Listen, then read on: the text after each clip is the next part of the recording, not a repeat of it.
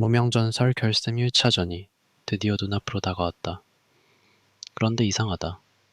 아직 본방송 무대가 완전히 공개되기도 전에 판이 먼저 흔들리고 있다. 이유는 단 하나. 신곡이다. 이번 결승 1차전은 단순히 노래 한 곡 부르고 박수 받는 무대가 아니다. 탑10이 탑7으로 갈라지는 첫 번째 관문이고, 여기서 단 3명은 결승 2차전 무대에 오르지 못한다. 말 그대로 이름을 남기느냐, 아쉽게 멈추느냐의 갈림길이다. 그래서 이번 신곡 미션은 참가자들에게는 결승보다 더 결승 같은 순간이다. 순위 하나의 문제가 아니라 앞으로 펼쳐질 활동의 폭, 팬덤의 확장, 전국 투어와 후속 프로그램의 가능성까지 연결될 수 있는 무대이기 때문이다. 무명전설이라는 이름 아래 달려온 참가자들에게 탑7은 단순한 숫자가 아니다. 그것은 대중 앞에서 자신의 이름을 더 오래 외칠 수 있는 무대의 문이고, 그 문 앞에서 이번에는 신곡이라는 강력한 시험지가 놓였다. 이번 결승 1차전이 더욱 뜨겁게 느껴지는 이유는 제작진이 신곡들을 순차적으로 선공개하며 분위기를 단숨에 끌어올렸기 때문이다. 어제 먼저 공개된 곡들만으로도 팬들의 시선은 이미 흔들리기 시작했다. 장한별의 그대는 나의 별이요, 이대원의 아름다운 사람, 황윤성의 난리 브루스가 먼저 얼굴을 드러냈고, 이어 오늘 아침에는 박민수의 어영차, 이룬의 젊어 좋겠다, 하루의 인생의 열쇠, 김태용의 낙낙장송까지 공개되며 결승 1차전의 윤곽이 더욱 뚜렷해졌다. 남은 3곡까지 공개되면 탑10의 신곡 대결판이 완성된다. 그런데 이 구도가 묘하다. 곡 제목만 봐도 각자의 캐릭터가 분명하다. 누군가는 정통의 무게로 승부하고, 누군가는 퍼포먼스로 시선을 잡고, 누군가는 인생의 서사로 마음을 흔든다. 그래서 이번 결승은 누가 노래를 잘하느냐만의 싸움이 아니다.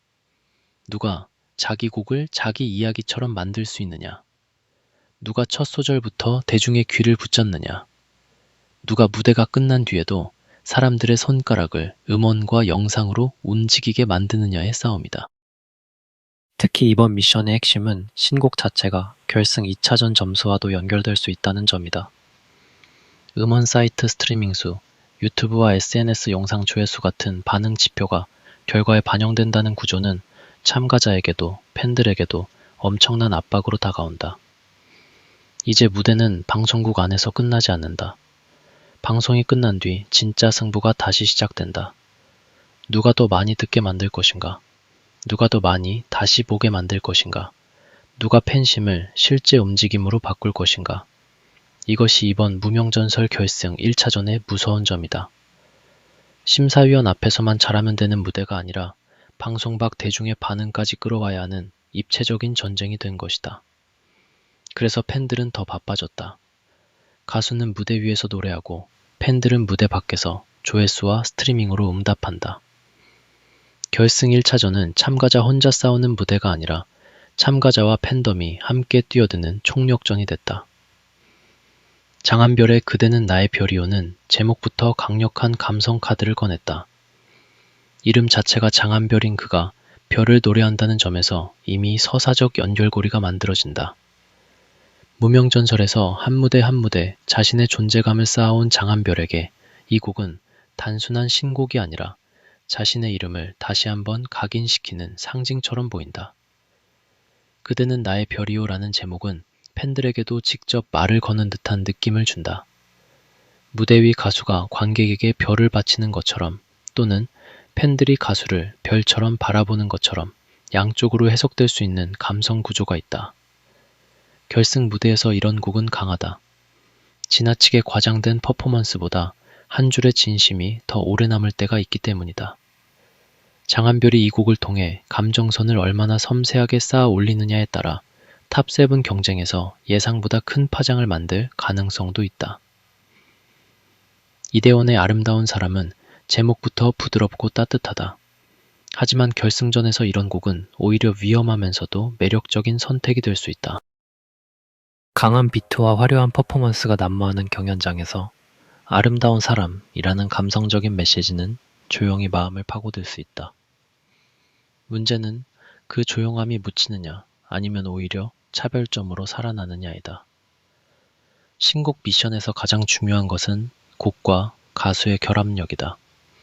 아무리 좋은 곡이라도 참가자의 색깔과 맞지 않으면 힘이 반감되고, 반대로 담백한 곡이라도 가수의 진심과 만나면 무대는 크게 확장된다. 이대원이 어떤 표정, 어떤 호흡, 어떤 감정으로 이 곡을 풀어낼지에 따라 아름다운 사람은 결승 1차전의 숨은 복병이 될 수 있다. 황인성의 난리 부르스는 제목부터 무대가 가만히 있지 않을 것 같은 에너지를 품고 있다. 난리라는 단어와 부르스라는 리듬감이 만나면서 벌써부터 흥과 긴장이 동시에 느껴진다. 이런 곡은 성공하면 현장 분위기를 단숨에 자기 편으로 끌고 갈 수 있다. 경연 무대에서 관객의 몸을 먼저 움직이게 만드는 곡은 강력하다. 특히 탑7이 걸린 결승 1차전에서는 노래 실력뿐 아니라 기억에 남는 장면을 만드는 능력도 중요하다. 황인성이 이 곡에서 특유의 흥과 여유, 그리고 무대 장악력을 보여준다면 제목 그대로 결승판의 난리를 만들 수도 있다. 다만 이런 곡일수록 과하면 산만해지고 약하면 제목만 강해 보일 수 있다. 적절한 에너지 조절이 승부의 열쇠가 될 것이다. 오늘 공개된 박민수의 어영차는 가장 눈에 띄는 퍼포먼스형 카드 중 하나로 보인다. 선공개 영상에서부터 강력한 움직임과 무대 장치가 기대되는 분위기를 풍겼고, 트로판의 전우치라는 자막은 이 곡이 단순한 노래가 아니라 캐릭터형 무대로 설계됐음을 암시한다. 박민수에게 어영차는 매우 좋은 기회가 될 수 있다. 제목 자체가 힘을 모으는 구호처럼 들리고 관객이 따라하기 쉬운 리듬감을 품고 있다. 경연 무대에서 이런 곡은 현장 반응을 만들기 좋고 영상 조회수 경쟁에서도 유리할 수 있다. 왜냐하면 사람들은 노래만 듣는 것이 아니라 장면을 기억하기 때문이다. 갑자기 등장하는 장면, 힘있게 치고 나가는 후렴, 관객을 끌어당기는 제스처가 있다면 어영차는 방송 이후에도 반복 재생을 유도하는 곡이 될 수 있다. 박민수가 이 곡으로 자신의 새로운 얼굴을 보여준다면 탑7 경쟁에서 분위기를 크게 끌어올릴 가능성이 있다. 이룬의 젊어 좋겠다는 제목만 보면 밝고 가벼운 곡처럼 느껴질 수 있지만 선공개된 분위기에서는 오히려 인생의 깊은 맛과 정통 트롯의 결이 엿보인다. 살날이라는 표현, 통곡이라는 정서, 긴 세월을 돌아보는 듯한 가사 흐름은 단순한 청춘 찬가가 아니라 인생을 되짚는 트롯의 전형적인 감정선을 떠올리게 한다. 그래서 이 곡은 제목과 실제 분위기 사이에 반전이 있다. 젊어서 좋다는 말은 웃음처럼 들리지만 그 안에는 지나간 시간에 대한 쓸쓸함과 살아온 날들에 대한 묵직한 감회가 숨어 있을 수 있다. 이룬이 이 곡을 어떻게 해석하느냐가 중요하다. 너무 가볍게 가면 감정이 얕아지고 너무 무겁게 가면 제목의 맛이 사라진다. 그러나 균형을 잡는다면 젊어 좋겠다는 결승 1차전에서 예상보다 깊은 울림을 줄 수 있다. 하루에 인생의 열쇠는 공개와 동시에 여러모로 관심을 끄는 곡이다. 하루는 이미 우승 후보로 언급될 만큼 강한 존재감을 보여왔지만 최근 대국민 응원투표 흐름에서는 팬들이 긴장할 만한 분위기도 있었다. 그런 상황에서 들고 나온 곡이 인생의 열쇠라는 점이 묘하게 맞물린다. 제목부터 운명적인 느낌이 강하다. 결승 1차전이라는 문 앞에서 하루가 열쇠를 들고 나온 셈이다. 더 흥미로운 점은 린이 작사에 참여했고 손태진과 권지수가 작곡의 이름을 올렸다는 점이다. 이 조합은 곡에 대한 기대치를 자연스럽게 높인다. 내리는 빗속을 혼자 걸을 때 당신이 아니라면 어땠을까요 같은 가사 분위기는 하루의 감성적인 장점을 살릴 수 있는 방향으로 보인다. 하루가 이 곡에서 감정의 밀도를 제대로 보여준다면 단순히 순위를 지키는 수준을 넘어 다시 한번 우승 후보의 힘을 증명할 수 있다. 하지만 반대로 기대치가 높은 만큼 무대의 완성도에 대한 평가도 더 날카로울 수밖에 없다. 김태용의 낙낙장성은 제목부터 묵직하다. 흔들리지 않는 소나무, 오래 버티는 생명력, 세월의 풍파를 견뎌온 인생의 무게가 떠오른다. 선공개된 가사 분위기 역시 정통 트롯의 진한 맛을 예고한다. 영원한 것은 없더이다. 세월 풍파, 포기하면 쓰러지니 살기 위해서 살 뿐이요 같은 정서는 경연 막바지에 매우 강한 울림을 줄 수 있다.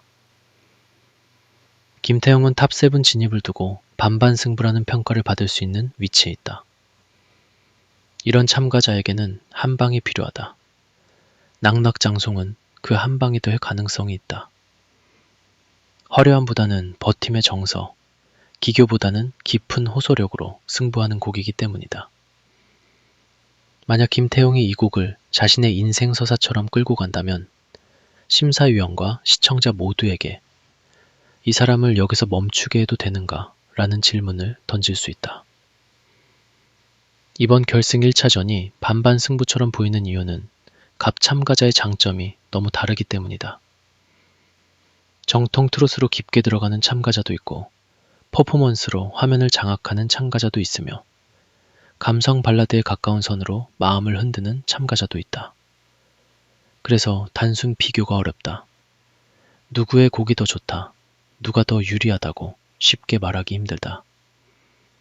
곡의 장르, 가사의 전달력, 무대 구성, 카메라 워크, 현장 반응, 방송 이후 조회수와 음원 반응까지 전부 얽혀 있다. 이번에는 노래 실력만으로 결과를 예측하기 어렵다. 어떤 곡은 방송 순간 강하고 어떤 곡은 다시 들을수록 강하다. 어떤 무대는 현장에서 폭발하고 어떤 무대는 유튜브 클립으로 퍼질 때 더 큰 힘을 발휘한다. 바로 이 지점이 무명전설 결승 1차전을 가장 예측 불가능하게 만든다. 더 무서운 것은 탑7의 의미다. 탑10에 들어온 것만으로도 대단하지만 탑7은 완전히 다른 단계다. 탑7의 이름을 올리는 순간 참가자는 결승 2차전이라는 마지막 승부에 다시 설 수 있고 방송 이후 활동에서도 훨씬 강한 상징성을 갖게 된다. 전국 투어, 스핀오프 프로그램, 음원 활동, 팬덤 확장까지 생각하면 탑7은 단순한 생존이 아니다. 그것은 앞으로의 활동 무대가 열리는 신호에 가깝다. 그래서 이번 결승 1차전에서 떨어지는 3명의 아쉬움은 더 클 수밖에 없다.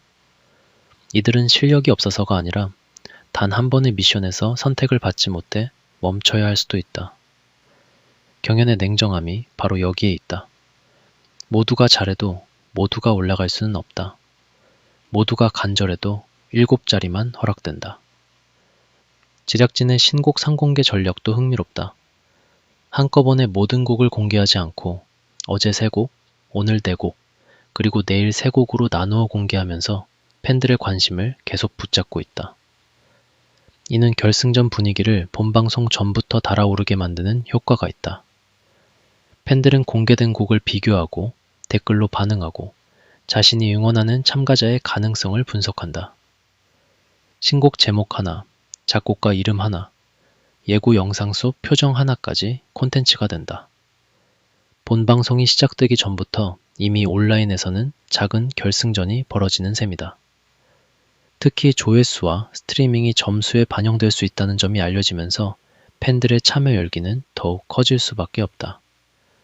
이제 팬들은 단순한 시청자가 아니라 결과에 영향을 줄 수 있는 움직이는 변수다. 그래서 이번 무명전설 결승 1차전의 진짜 관전 포인트는 3가지로 압축된다. 첫째, 신곡이 참가자의 캐릭터와 얼마나 잘 맞는가. 둘째, 방송 무대에서 얼마나 강한 첫인상을 남기는가. 셋째, 방송 이후 음원과 영상 반응이 얼마나 이어지는가. 이 3가지가 맞물려야 탑7 문이 열린다.